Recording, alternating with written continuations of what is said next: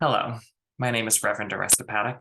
I'm a student at Cherry Hill Seminary, studying in the Pastoral Counseling and Chaplaincy Department of their Masters of Divinity program, and today I'm going to be presenting on Roman augury. We do have to start by defining augury. Augury was the interpretation of the will of the gods by observing the events within a predetermined space called a templum. Pliny the Elder credits Tiresias as the inventor of augury. He was a blind prophet of the god Apollo, being a god of divination, oracular practices, and prophecy. Could be very easily tied to the practice of augury. However, this type of omen reading was already being performed long before ancient Greece by Etruscans and as well as the Egyptians, who had their eagle diviners. The augurs were those who actually performed the practice of augury. They were priests and officials in ancient Rome who were tasked with taking the auspices or performing augury. They were members of the College of Augurs who shared the general responsibilities across Rome. Within the regal period of Rome, around 509 BC, there was only 3 augurs. By the 3rd century, we got 9 augurs. By Sulla, a general in Rome, we had 15 augurs, and then by the Principate, we had 25 augurs upwards. It swelled greatly. They sought divine will regarding any action which might affect Rome's peace, good fortune, and well-being, otherwise known as Pax Fortuna and Salus.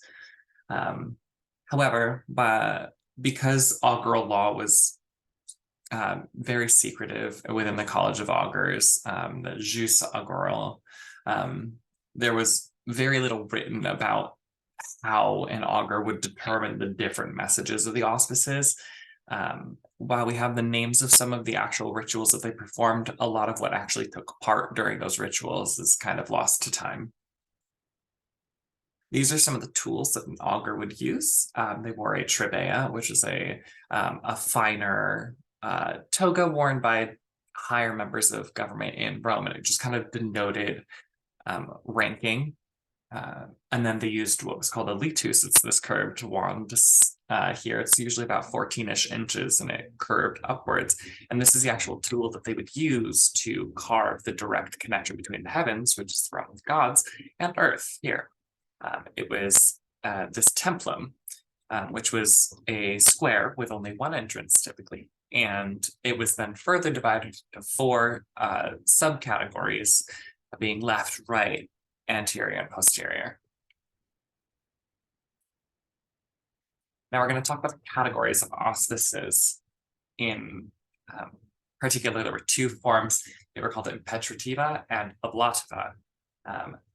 Impetrativa were requested by man, so these were any of the rites that they performed that were directly requested by the augur of the gods. And these signs that they received were caused by the direct actions of the augur while taking the auspices. These actions defined as anything that took place during the actual ritual conditions.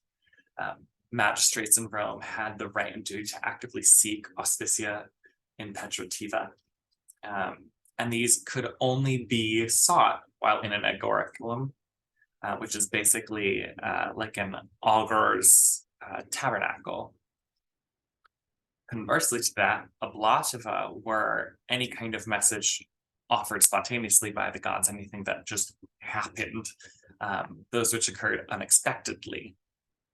The magistrate had to either have already been taking the auspices and have received a message that they were not particularly expecting, or participating in public debate in order to conduct the auspicia ablativa. These are regarded as divine acceptance or rejection of a particular event or an action.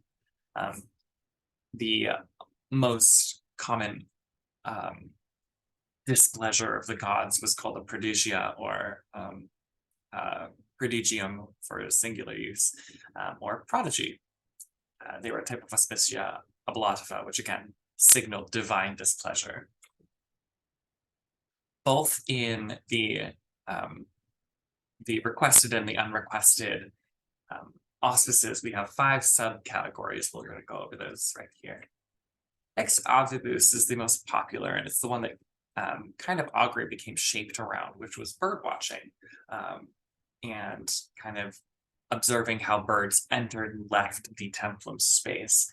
Uh, was the bird by itself? Was it in a group? How was it flying and behaving while in the air? Did it come to land and rest anywhere within a particular tree?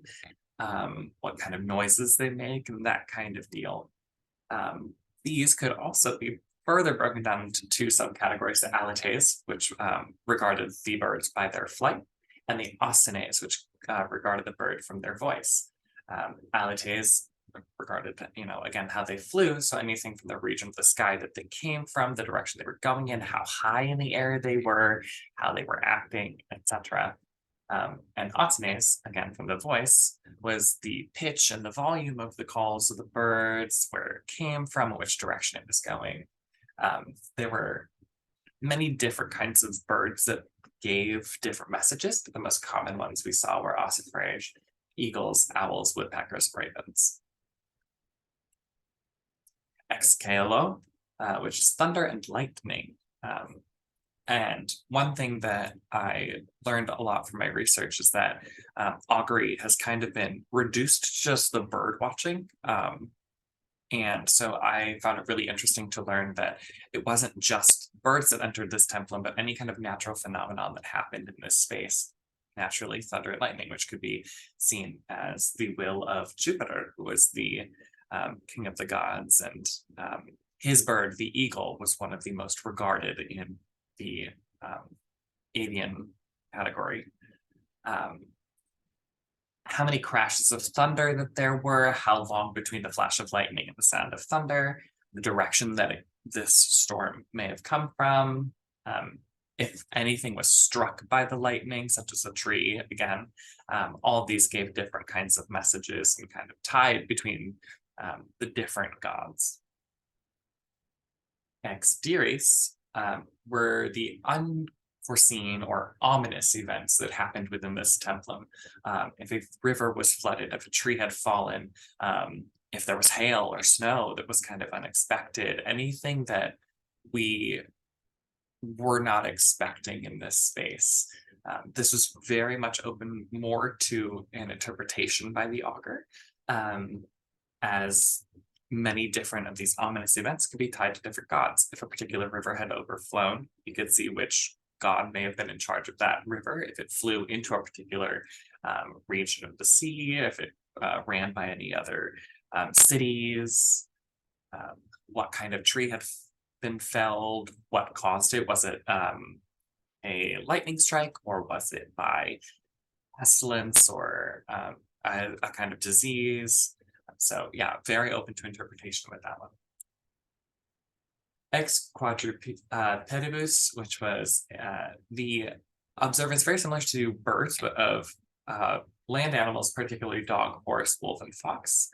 So similarly, where they came from, how they acted, where they were going, if they came to rest anywhere particularly, if they had eaten anything, again, kind of etc. Again, with many different ties to different gods and having different sacred animals, this was a little bit more open to interpretation, and watching their behavior within this templum was very important. Ex Trippides, pardon. This was the observance of Mars's sacred chickens. Originally, the Trippides was a dance of the birds, however, it became more tied to the chickens of Mars that would be on different military grounds. Their attitude to food and the manner of feeding and their general behavior were really what we were looking at in this. They were kept under the care of the Polarius, who is the keeper of the auspicial chickens. We see this used in a kind of way to control the messages that we observed when other auspices weren't occurring. So when there was no thunder and lightning, when no other birds were kind of passing through the sky, if there were no land animals, those kinds of things, and no unforeseen events or ominous events, we had Mars's chickens, and they would be released. And if they, the Polarius would scatter some kind of bread or cake on the ground, and if the chickens disregarded or didn't seem really interested in the food that was seen as a negative omen. However, if they moved towards the food, it was seen as a very good omen, and that what was requested to occur would. This obviously came to lead to the auspices kind of falling from their general legitimacy and honor as far as a form of divination and communication with the gods. Augury very quickly came to be more tightly knit with governmental affairs, as many Roman city-states would have augurs who were there to help discover the will of the gods, and if the things and the people kind of coming into power were accepted by the gods in order to rule, and especially Jupiter, as he looked over oaths and gave good fortune over government.